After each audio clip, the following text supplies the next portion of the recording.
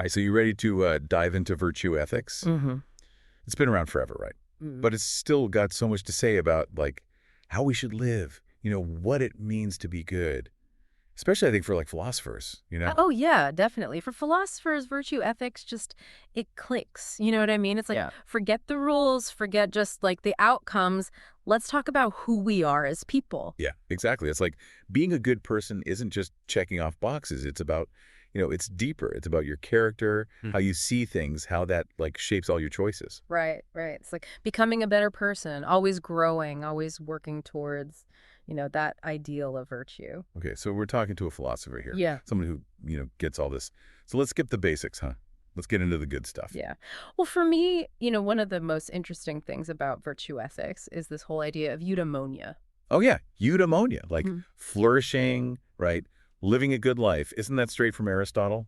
Exactly. Aristotle was all about how, like, being virtuous isn't just, morally right. It's like the key to happiness, Hmm. to really living well. Makes sense, right? Yeah. But, like, there's this whole debate, even within virtue ethics. Like, is being virtuous, is that enough to flourish? Yeah. It's a good question. So on one side, you've got folks who are like, being virtuous, that's it. That's eudaimonia right there. Like, if you're brave, if you're fair, if you're wise, doesn't that just make for a good life? Yeah, yeah. But then you have the other side saying, well, hold on. Virtue's important, sure, but it might not be the whole picture. What about bad luck? What about things you can't control? Right, like you could be the most virtuous person ever, but if you're, like, constantly sick or totally alone, can you really say you're flourishing? Exactly. And philosophers like Philippa Foot, they argued that you need some good luck too. Like good health, good relationships. Those things matter for eudaimonia too. So it's like, even in ethics, we can't escape the whole, fate versus free will thing. Right. And that whole question, like how much control do we really have over our happiness? That's something virtue ethicists are still thinking about. Now, something I've always found kind of tricky, is this difference between, like, being continent and being truly virtuous. Oh, yeah, that's classic Aristotle. It trips people up all the time. Right. Like, on one hand, you've got someone who does the right thing, but they're, struggling. They're fighting their desires. That's continence, right? Exactly. They're like gritting their teeth, doing good, but not really enjoying it, And then you've got the truly virtuous person. They do the right thing effortlessly. It's just, like, who they are. Right. For Aristotle, it's not just about doing good, it's about wanting to do good. Your desires and your reason, they're like totally aligned. You act from a place of, genuine goodness. So it's not just about, like, changing your behavior. It's about, like, a much deeper change. Yeah. Aligning, like, your thoughts, your feelings, your actions. Exactly. It's like becoming the kind of person who, like, enjoys being good. You find joy in living a virtuous life. Okay, but I'm sure some folks are listening and they're thinking, all right, this is all very inspiring, but, like, what about when things get really tough? What about real ethical dilemmas where, like, virtues clash? How does virtue ethics help us there? That's the million-dollar question, right? Yeah. And it leads us to one of the most important ideas in virtue ethics, phronesis. Phronesis, isn't that, like, practical wisdom? Exactly. It's the ability to look at a situation and, like, really understand it, weigh different values, and make a judgment about, what's the virtuous thing to do. It's not just about blindly following rules then. No, not at all. Phronesis is about understanding the virtues so well that you can apply them intelligently. Like different situations call for different responses. So it's kind of like an art. Yeah. You get better at it with experience, with practice. You could say that. It's about developing this, like, moral perception, this ability to see what really matters in each situation, and then, respond virtuously. Okay, so let's say you're in a situation where, I don't know, honesty clashes with kindness. How does phronesis help? Well, first, you got to understand both virtues, right? What does it really mean to be honest? What does it really mean to be kind? And then how do those virtues, relate to this specific situation? Right, so it's not just about, like, picking one virtue over the other. It's about understanding them both, deeply. Exactly. Phronesis requires you to think things through, but also to be sensitive. You need empathy. You got to understand how people are affected by your actions. So it's not just cold, hard logic then. Nope.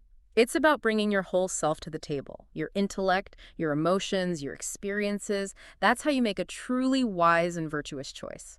Okay, so phronesis sounds really important. Like, it helps us when things are complicated, right? Yeah. But doesn't that make it kind of subjective? Like, what if I think I'm being wise, but I'm just, like, fooling myself? Yeah. Oh, yeah, that's a huge question in virtue ethics. Like, how do we make sure our judgments are good?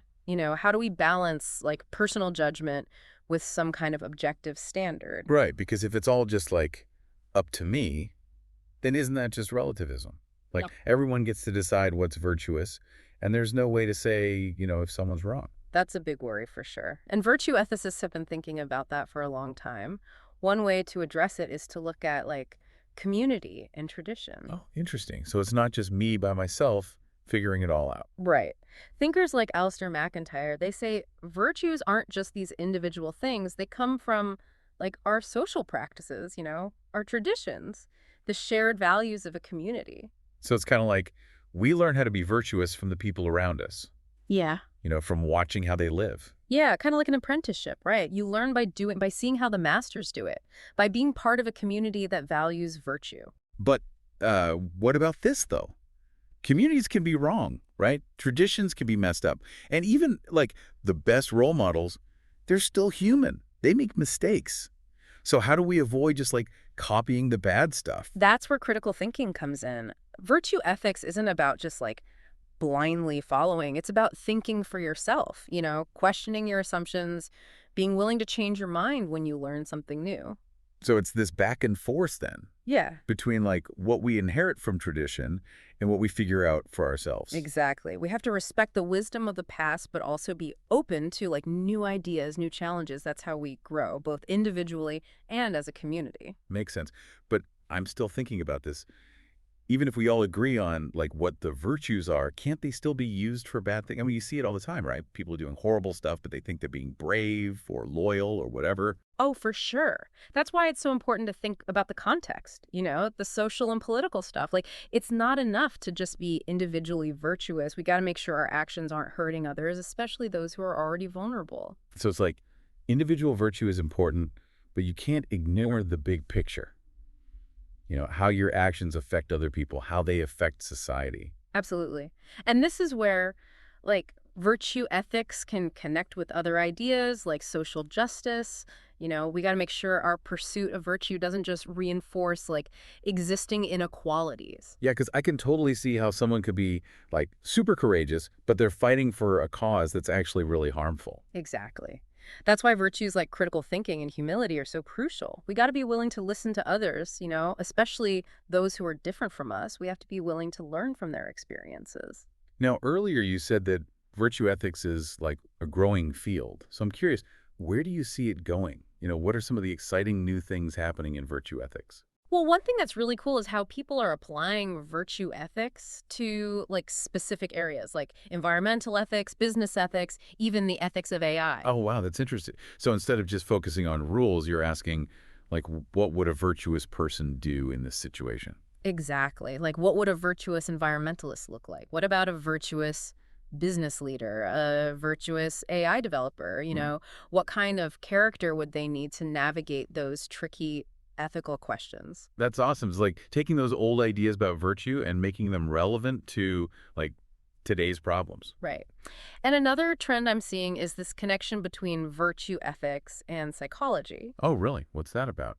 Well, some people are trying to, like, ground virtue ethics in what we know about how people actually think and behave. How do we really develop virtues? What role do emotions play? Makes sense.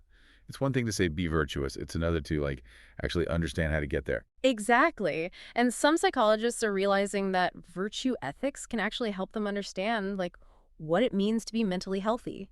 Instead of just focusing on what's wrong with people, we can look at what it means to flourish, to have a good character. So it's like both fields are learning from each other. Yeah, it's a two-way street.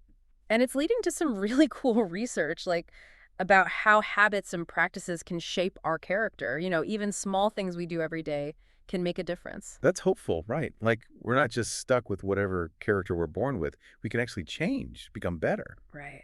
And that's super empowering, right? We have the power to choose who we want to be. I love that. But, we got to be honest. There are a lot of people out there who, like, aren't sold on virtue ethics. They say it's too vague, too subjective, too focused on individuals, and not enough on, like, social justice. Oh, yeah, absolutely. And those are valid criticisms, for sure.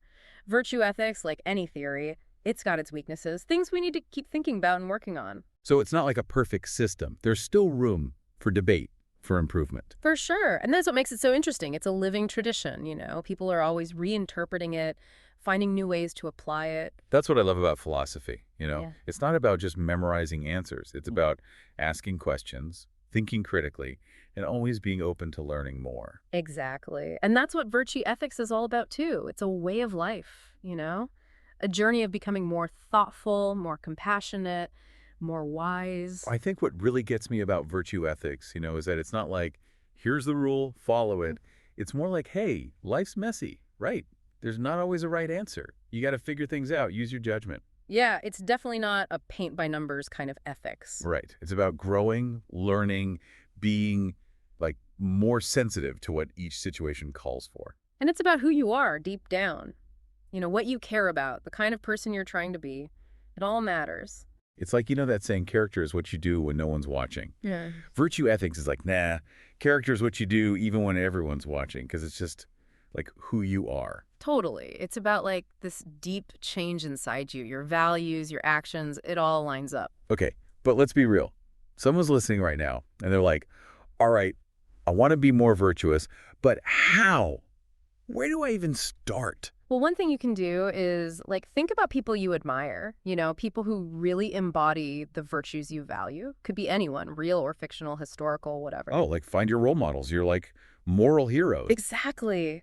Read about them, study their lives, think about like what made them so virtuous, how did they handle tough situations? And then, really dig into what each virtue means. Like, what does it really mean to be honest, to be courageous, to be compassionate? Right, because we throw those words around, but do we really understand them? And then once you have a better grasp on the virtues, start looking for ways to like practice them, in your daily life. Yeah, even small things like being more patient when you're driving, being more generous with your time, just like little chances to flex those virtue muscles. So it's like a moral workout. Totally. And like any workout, consistency is key. The more you practice, the stronger you get. Now, something I've always found cool about virtue ethics is how the virtues all like connect. It's not just about being good at one thing. It's about like the whole package. Yeah, it's not just a bunch of separate traits. It's about developing a well-rounded character, like all the virtues working together, supporting each other. It's like a symphony orchestra. Yeah. You need all the instruments playing in harmony to make beautiful music. I love that. And that's important because it keeps us from going overboard with one virtue and neglecting the others. Right. Like you could be so focused on being honest that you end up being like rude and hurtful, or so brave that you become reckless. Exactly. That's where phronesis comes in again, right? That practical wisdom helps you find the right balance. It's like a dance then, constantly adjusting, finding that harmony between all the different virtues. That's a beautiful way to put it. And that's what makes virtue ethics so challenging, but also so rewarding. It's not a set of rules, it's a way of life. Always growing, always learning, always trying to be better. I think that's a great takeaway for everyone listening. This isn't about finding the perfect answer or becoming a saint overnight.